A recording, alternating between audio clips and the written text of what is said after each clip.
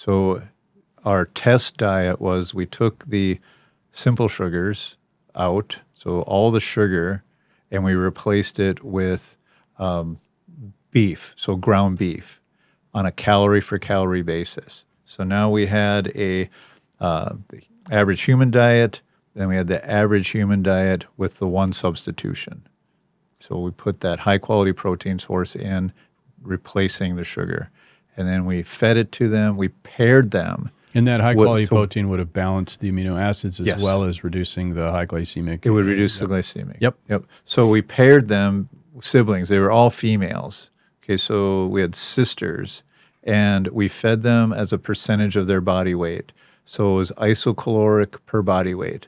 So if there was one that grew faster, we fed to the lowest common denominator. And they did. They separated out. So they got feed based on the consumption rate. So it was equivalent so that we didn't confound the data. Yep. And so we did this for 3 months. And we had to stop the diet for both groups, because the vitamin and minerals at this stage of development for pigs, they basically aged faster.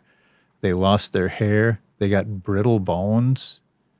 They, what else happened? They had pimples. So they had like prepubertal stuff. And the average American diet, they had more hair loss. They had more pimples. Both groups had mobility problems. But the diet that had the beef in it, they grew normally. So they look like normal, very muscular pigs. The ones on the human diet got old and fat, and they stopped developing muscle. Their muscles became insulin resistant, so there was no anabolic effect anymore. So 3 months we had to terminate the project just for the welfare of the pigs. So kind of the bottom line is the average American diet is inhumane for a pig to consume. Mm-hmm. So if you're feeding that to a developing kid, that's going to impact their complexion. It's going to impact their bone stability. And you look at things that make headlines, with these young athletes and things. So many times it's ACL. It's all these structural problems and things. So our research supports that. And it just drives home the importance of nutrition. And we can learn from the livestock industry. We knew that mineral profile was going to cause problems. We just didn't think it would happen that fast.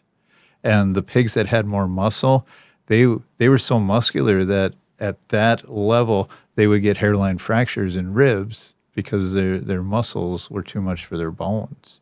So it's that complex that we have to pay attention to this. And that project just highlighted so much that's wrong with the average American somebody diet. Listening to this might think, well, that doesn't happen in 3 months of development with a human, but the difference would be the accelerating development pathway of mammals take, we're very, very long-lived mammals, and so our development cycle to be full size, is up to our teenage years. Right.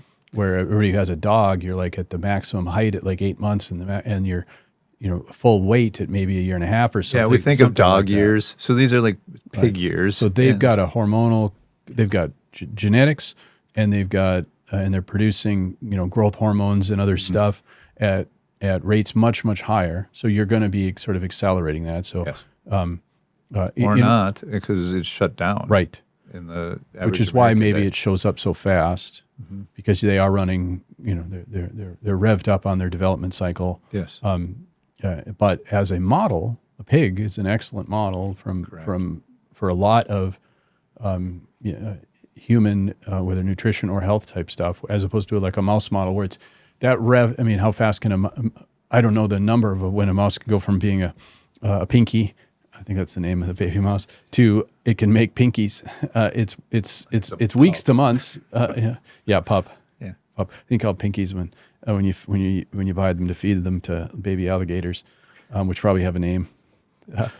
But something for you to edit. But that development cycle is like a scaling factor or an accelerant to results. Yes. So I'm just adding that to somebody who might be naysaying, going, well, that can't be true because I ate that for the last 3 months and I didn't. I get that a lot, yeah.